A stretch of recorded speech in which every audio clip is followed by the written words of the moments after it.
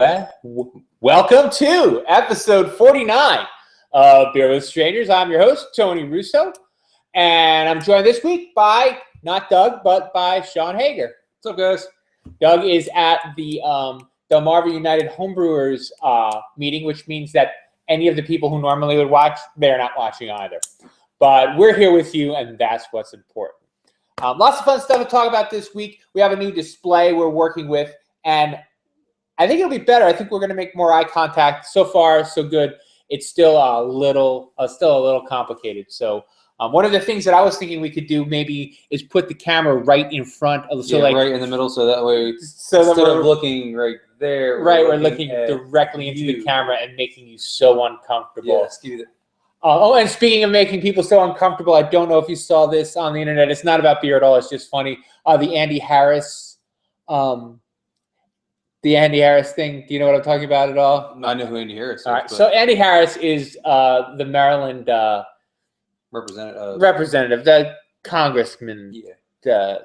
And he got on C-SPAN. Like, there was a guy talking on C-SPAN, and he got behind him and started making faces at the camera, and texting with someone who was watching the television. That's hilarious. It was really weird. Like, I thought that he didn't know he was on camera and that he was flirting with one of his colleagues. It was like he was making eyes, and he was being and he would text and he would laugh and giggle, and it was really uncomfortable. And so then somebody hit up his office and they're like, "Hey, what's going on?" And they're like, "Oh, no.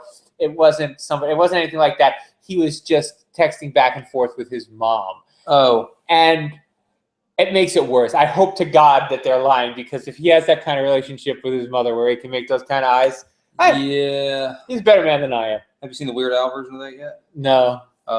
They just had the Grammys or something like that, and they're interviewing one of the famous pop stars or something, and all of a sudden Weird Al's in the background. He's just as he goes by, just giving this weird, awkward look to the camera. It's hilarious. I love Weird Al. And of course, Kanye. I didn't catch it. I had to stop watching the Grammys, not for any reason other than I don't know anybody. I don't know anybody on there. Well, I just know Kanye got up in front of Beck and tried to do the same Taylor Swift thing, and Beck said probably one of the funniest things ever. He's like, no, come back up on stage.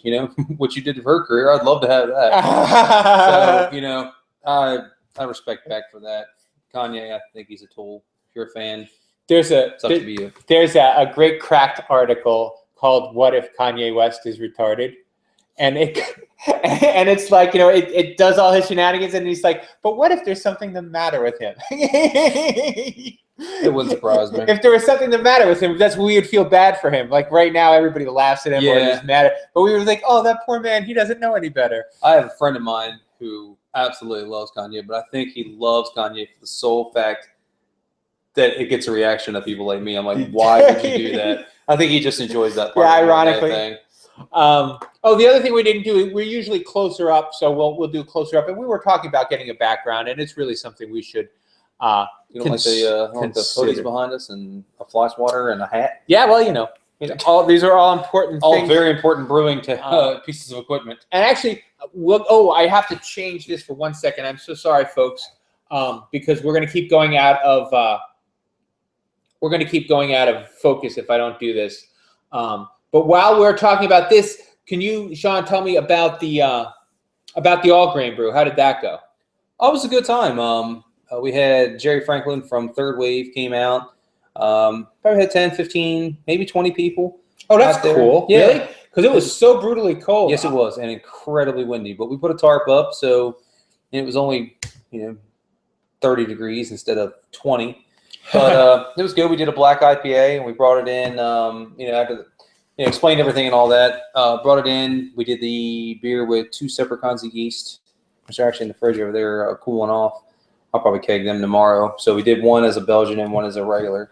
Oh, that's cool. And now you'll have a taste comparison. I'll put them both on tap. That way, if someone's curious that this same recipe can change so much just by changing something like the yeast, they'll be able to actually see what it actually does. Gotta stop saying actually. That's very cool. Now, and there's another event coming up. Is that this weekend, the 21st? Is that the? That's not this weekend. This weekend is the 14th. Oh, that's right, Valentine's Day. Yeah. We have a introduction to brewing class on Saturday here. We have a advanced. Is John coming to talk about sours? That's on the 21st. That's the 21st? Yeah, so if you are into sour beer, but you don't know how to make them, you come out here and John will show you how to make them. And they're delicious. Oh, so you guys are going to be brewing the... that I don't know, but I mean, he's going to explain, what happens. What the process is. Right. Hopefully he brews something. I'd love to have something here. And just to follow up on that, that's something you also should sign up for. People should sign up to come to that. Anytime we have a class, if you want to be involved, I mean, we do take just walk-ins, but it really, really helps us out if we know in advance. The other week I had a introduction to brewing class. I had everything set up for 4 people and had 12. So wow, yeah, kind of a surprise on me. That's great though. Oh, it is. It's good until I'm scrambling trying to get stuff together for them and all that, which is not a big deal. Now, no one's watching. I have an idea that I want to pitch to you and Doug, but I just want to say it out loud because this is the 3rd time I've forgotten it so far. I was wondering if you guys would be interested in doing a woman's brew day because I wanted to have a woman brewer on that week too. The 8th is March 8th is World Women's Brewing Day, and they have. Is there a day for everything now? Yeah, that's an awesome. Don't get me wrong. That's an awesome concept. It's just who came up with that day? Well, I think the women brewers, like the Pink Boot Society or whatever, did, Okay, and their idea is to get more women to start brewing by having a special day to have women brew, and then a special, like the Big Brew, they put out a recipe. It's a red ale of some sort that they're doing. So something to consider. I think it'd be cool. I was at my exciting weekend. I went on that Brews Cruise tour. I don't know if you've seen anything about this. Well, it's not for you and I, because we're here. But it's an Ocean City tourist attraction where they pick 4 breweries, and they take people to 4 different breweries, and they have tastings at all the breweries, and you can buy pints. And they talk about like the history of the brewery, and you get a brewery tour and whatnot. This would be fun. I mean, there's. Oh yeah, no, yes, it can be fun. I mean, it was kind of fun for me, and I don't you definitely need it, but I don't need another tour of Yeah, I got you. Do you need the tour of Burley Oak, let's say. Pick somebody we like, right? Do you need another tour of Burley Oak? I like all of our local breweries. Of course we do. Of course we do. They're all of our favorites. And Brian really is among my favorite people on the planet. Yeah. And he has a really nice brewery, and it's very cool. I don't need to spend an hour and a half there touring. I don't need a tasting. I'll let everybody go in the back. I'll just sit there and drink pints all day. So and I mean, some of the new ones maybe, but I just go there on my own. But aside from that, and it was like $80, so it's $80. Ooh. Well, the idea is that there's a designated driver. Yeah, and they'll pick you up at your house in the area. So because you're here now, right? I'm Salisbury. Oh, all right. I don't know if they'll come to Salisbury, probably. But maybe they will because they do an Evo tour. Like Evo's on the tour. The one that I went on was Ocean City Brewing, and then Tall Tales, and then the other 2 Ocean City ones. And I'd actually never been to Assawoman and 45th Street. 45th Street.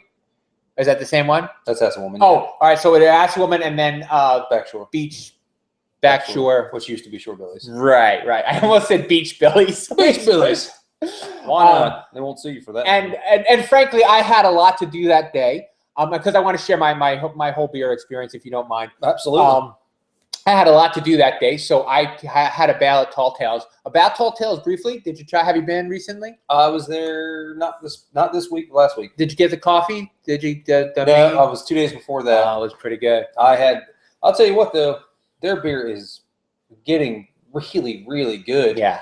I mean, Jimmy and Eric are really banging it out there. They very know what they're doing. The food's good too. I like the pretzels. Those pretzels they have there, and they have Evo. I think that's a wonderful idea. It's very German. Yeah. That's what I liked about when I went to Pittsburgh. I went to the Hofbrau house, and it was just pretzels upon beer. Well, and schnitzel and sausages. And bit of German food I could shove in my stump. That's fantastic. But then after that, I went to Mississippian River Brewing, where That's I'd never right. been before. Mm-hmm. And that was a lot of fun. Yeah. They had a comedian there that night. What? Yeah. I go up there more often. Yeah, right? It's a ride, though. Go there, drink too many beers, and had to come back to Salisbury. It is, and I tell you what, hitchhiker. because I wrote a blog about it, so I decided that I was going to do the driving. So I just had one. I had their black tie IPA. Just a nice solid beer. It didn't knock me off my feet, but I knew it was going to be good. Right. And I knew I was just going to get one beer, and I wanted to be able to say I really liked the beer that I tried. So I didn't. But my wife had their is it the amber? What's their big? They have like an imperial red. I'm going to go up there. It's hard to tell. I think they're going to can it. They have an imperial red that comes in like 8 or 9%, and it was. You know what was good about it was spicy. It wasn't. You know how sometimes they can be a little sweet. This was not only not sweet, but it's not peppery. Peppery is the wrong word, but like clovey, but just like there was. It was very loud, and they were very busy. They didn't have time for me. Oh yeah, no, and I understand that. But it was very good. Try them all. They're all great. They have a food truck there. Yeah, that was there. They had that. Right as I got there, it was closed. So yeah. They have a food truck, and they also have a burn pit outside, which is really cool. It's a fire pit, and so everybody was standing outside, hanging out by the fire pit. It was a lot of fun. So Mississippian River Brewing, absolutely, I can recommend it, and Tall Tales I always recommend. I didn't get to try any of the beer at Ocean City Brewing because I was running around taking photos, but we all know that's the kind of beer that it is. And then this weekend, I believe I'm going to Crisfield. Oh, for Chesapeake Brewing? Then go to visit Chesapeake Brewing in Crisfield. I'll be going to a brewery a week now for the rest of my life. Because I'm nothing about that sucks. Yeah, I'm doing a blog for the Shore Craft Brewing. Oh, okay. And not to get too inside baseball or behind the scenes or whatever, but we were talking about. I'm doing another book. I'm going to do a Delaware beer book. Okay, like slower, lower, or all slower, lower. Yeah. Okay, not going to go up in the north. No. Well, next time. Okay. Why? You don't put all in one. Just do it in all counties. That's exactly. Every county's beer. I'm going to do 3, and then maybe Wilmington, because Wilmington would be like a history book because they've had breweries before in Wilmington. Yeah. But so I went and I pitched in this idea that I would like to write this blog, and it'll be about the beer culture. You're not going to get reviews from me because you saw me just now. I'm like peppery, clovey, spicy. It's not my thing. I'm about why people do the brewing, and I'm about how much fun people have at the brewery. Right. So that's what. And so I pitched it to them, and they're like, well, well, we don't know if we can pay you. And I said, okay, well, if you can't pay me, I can't write for you, only because I'm a professional writer. And it's hard. It's really, really, really hard to get out of bed. Like this weekend, I would rather not go because it's Valentine's Day weekend, and I might want to sleep late on Saturday. But if I'm getting paid, I've got to get up. If I'm getting paid, I'm going to get up and go. Absolutely. And that's what I said to him. I said, and you're not going to, I don't get paid very much. And that's the point. I'm like, pick a number. You're not going to offend me because once I'm getting a paycheck, then the beer is tax deductible. There you go. Which is I'll give you tree fitting. Yeah. $1.380. So anyway, yes. So if you're, they have something going on at Mississippian River Brewing. If you're looking for something to do on Valentine's Day, they have a Valentine's Day event. Oh, that's cool. A brunch. I believe they're doing brunch on Valentine's Day. Mm-hmm. And the what's it called? Chesapeake Brewing. What's it called? Crisfield. Chesapeake Brewing. Chesapeake Brewing. They're also having a dinner of some sort. That's at the Blue Crab restaurant. Yeah, they have the folks who have that have a bed and breakfast as well. I'm looking forward to going. Mm-hmm. I've never actually not going to disclose any of it, but I've talked to a few potentially breweries that will be opening here in the next couple of years, hopefully. So that's kind of cool. That's always good news. And you were talking about the whole Ladies' Day thing. I have something in the works with some of the local ladies with the Salisbury Roller Girls. Like I said, I'm not going to go into all of that, but still talking to it with them. So I think we might be doing something with them beer oriented. Oh, that would be cool. Maybe like they could come and make the beer. Yep, that'd be a lot of fun. I'm sure it's not a complicated recipe. It's it's like the Big Brew, where it's something everybody can kind of get their hands on. Yeah, I mean, that's actually what I want to talk to him about is the recipe development for Salisbury Roller Girls beer. Oh wow! Would be, I think, kind of neat. So cool thing is quite a few of the ladies on the teams are already home brewers, or they're either home brewers or pro brewers or dating home brewers or no brewers. pro brewers. And Yeah. I mean, like 4 or 5 of them are at Dogfish Head, which is really awesome. So, a lot of interest there. That's cool. Well, put me in touch with them because I want to do features on women brewers all throughout March for surecraftbeer.com. I want to do a story about a different woman brewer every week. Okay. For all of March. Okay. Yeah, let them know. It's Women's Month and whatnot. Mm-hmm. So there's that. Getting to the news, and that's the other thing. I don't have a timer anymore on my person. Well, we started late, so it's not. Yeah, but when I talk, I lose track of time altogether. So one of the things that was in the news recently was that they've discovered that fruit flies are essential in making beer. They're also essential in spoiling beer. That part I don't know about. So we're going to talk about that. We're going to get Sean to talk about that. But I'm going to give you the first part of it, which is that what they've discovered is that one of the reason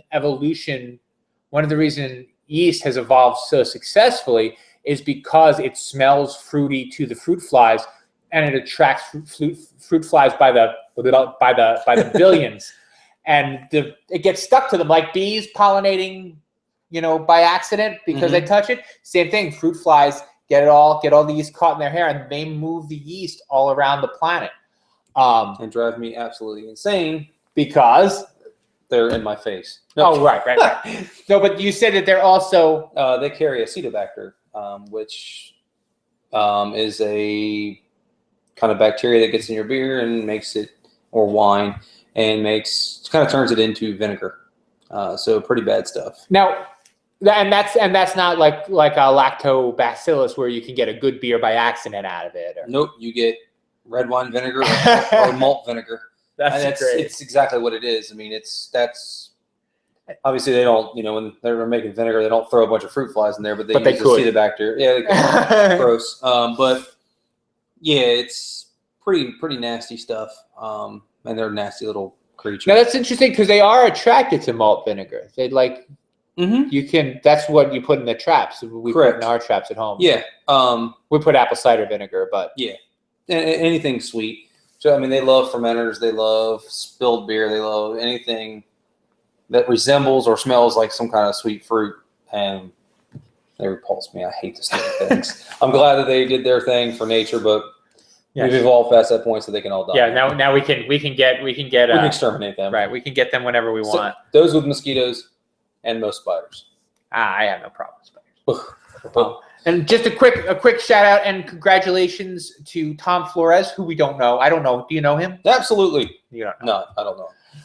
Tom Flores is he's the head brewer at a brewery. Heavy Seas. What's a Baltimore? What's a Western Shore beer? It's not Flying Dog, but it's like Flying Dog. Heavy Seas. Heavy Seas. Mm-hmm. Heavy Seas. Arbita. Arbrita? No, that's in. No, I was like, Arbita's nowhere near here. That's in New Orleans. Anyway, he was just made the executive director, I believe, of the Brewers Association. What's cool about that is he got his start at Wild Goose, which is kind of like a near and dear to my heart kind of beer place because it was, it featured heavily in my book, which I've talked about enough. I'm sorry.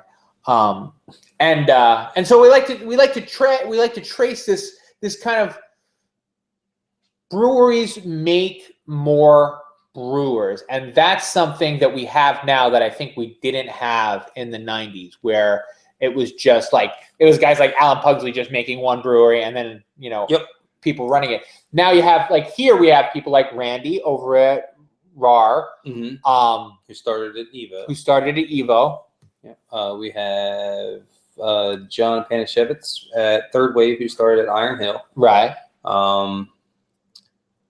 Oh, geez, there's more. There's plenty. Yeah. The thing is that people are learning to brew now, not the hard way and making bad beer that scares everybody off, but they're learning at these big breweries, and then they're learning at small breweries. The small breweries get to be big breweries. They learn about the big breweries, and then they open their own breweries, or they go to work for smaller breweries. In this case, the head brewer from Dogfish Head came from Coors, or Miller Coors, whatever you want to call it, which is pretty impressive. I mean, you know some big equipment, and it helps you on a smaller scale. Right, and the consistency. I mean, talking to John Talkington a couple times. He was always like, we're shooting to be consistent.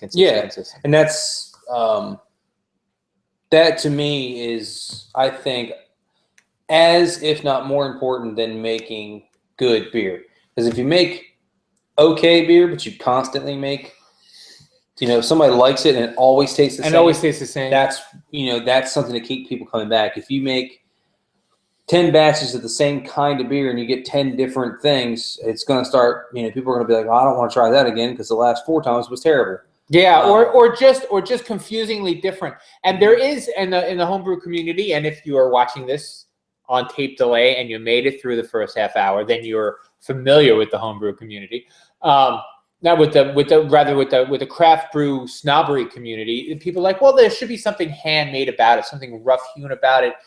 And if you're going to only serve beer at your pub, then maybe kind of, but I want to know generally what I'm going to get. Oh yeah, I mean, if I would go to pick up a 6-pack of one of my favorite beers, it better taste like. Yeah.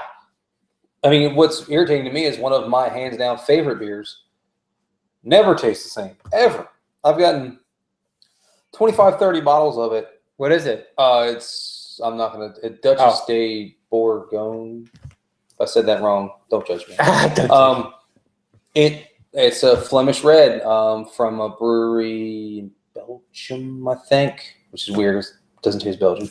But it's a Flemish red that I've had it 25, 30 times, and it's always been different. It's never consistent. It's always good, but it's not. It's not the same, though. And, I mean, yes, at first I chalked it up to, okay, it's my taste buds. But then I got one batch that was so tannic, it was almost undrinkable. And then the next one I got was sickeningly sweet. I mean, it still has a good flavor to it, but at the same time, it's like I really want that first batch I had. I don't know why it keeps changing. It just does. Do you think it's the importer? Is it maybe shipped poorly? It's a difficult beer to make because you take an old batch and a new batch. Blend them. And it's not an easy beer to replicate because it is a soured beer. And most of the time it sits in a cask for a year to a year and a half. And, bacteria act different, different temperatures. I mean, hell, it could have a mood swing for all I know. I don't know, but its inconsistencies is irritating to me. I've had it on tap, and it's phenomenal every time I've had it on tap. But in the bottles, it doesn't travel well in a bottle. I don't know. It doesn't bottle well. I really don't know because I've had some amazing bottles and I've had some. Yeah. So whereas like Rodenbach, which is a bigger one, same every time. Pretty close. Yeah. Mm-hmm. So I don't know how they do it, but I mean, what I was getting to is if you go 60 minutes, should taste like 60 minutes all the time. And I think they do a good job of it. They do a very good job of it. The worst case is if the distributor sits on it for a little too long, the age is going to get to it before the inconsistencies at the brewery. Right. I mean, that's why Budweiser, Miller, and Coors, they use blending facilities. That way, if it's Budweiser per se, you can go anywhere and get the same crap in a bottle. It's funny. I don't know. Did we have this conversation? But I had one recently. I had it when I was in New Jersey, and it was outrageously sweet. I was shocked. It was brewed the hard way. Don't you forget it. Shocked at how sweet it was. It wasn't sweet. It was sweeter then. It didn't even have the nice fruit bite of a peach amber. What did they make fun of? The peach. The pumpkin. Peach pumpkin. Didn't even have that. Tools. Yeah. Well, I have actually a pretty good essay on that if you'd like to check it out on on my blog, which is my name backwards, OSSURYNOT.com. I also do have a couple blogs At least up. now I know what that means. I'm like, oh sure you're not. Oh sure you're not. It is so okay. So and this is actually the third time this week I've had to tell this origin story. But I just thought it would be clever. And I was mistaken because my email is my name forward at my name backwards. And I thought I'd be able to say, when people say, what's your email? I can say my email is my name forward at my name backwards. And people are like, so what? It just confuses people. So it's TONYRUSSO at OSSURYNOT.com. You do that pretty quick. I'm impressed. Well, that's my name. Yeah, I do mine that fast. Well, and that's the other thing. The other thing is you make these decisions when you're young. I mean, I've been using that as like a handle since before the internet. Well, yeah, since the late 80s. Oh, I've just been writing my name backwards because it used to make my teachers crazy. yes. They say put your name That's on like your paper. Like my screen name on everything is Moon Rover 3, and Moon Rover was just a freaking set of skateboard wheels that I liked in middle school. So right, you get tagged with these things, and then you have to live with them.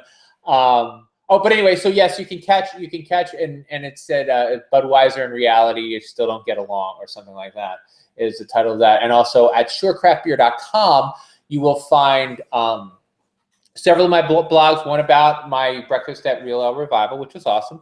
And another one about the culture at Nispillion River Brewing, which was comfortable and fun. Mm-hmm. And this week I will be in Chesapeake Brewing. Yes. And and Crisfield, I expect to be. And also we'll be resuming my book tour in the spring. I just got some new dates. So May I'll be in Ocean Pines, and in June I will be someplace else. Somewhere else. Ish. Yeah. And all right, so classes coming up. We have the sour class.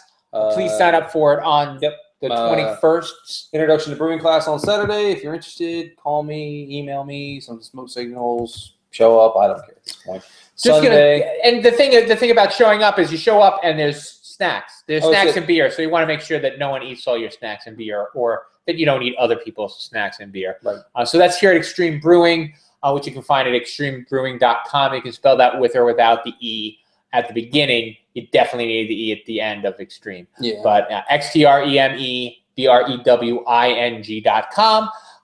You can find all the classes, all the stuff they sell. You'll find a link to this podcast, which we carry at beerwithstrangers.com. And again, all of my wonderful writings are now found at shorecraftbeer.com. Thanks to them for helping us out. That's the good folks at oceancity.com sponsor that, and buy my beer every weekend, which is just good work if you could get it. It really is. I can't complain. Yeah, my job doesn't suck. Yeah, no, it's. I mean, I have to make my own beer, but at the same time, I still get to drink it. Absolutely. So thank you very much. Please stay in touch, like, comment, all the things that you're supposed to do when you do this kind of thing. If you have any questions, if you'd like to be on, just reach out. You can reach out through here in the comments section, or you can reach us through the websites we were just talking about.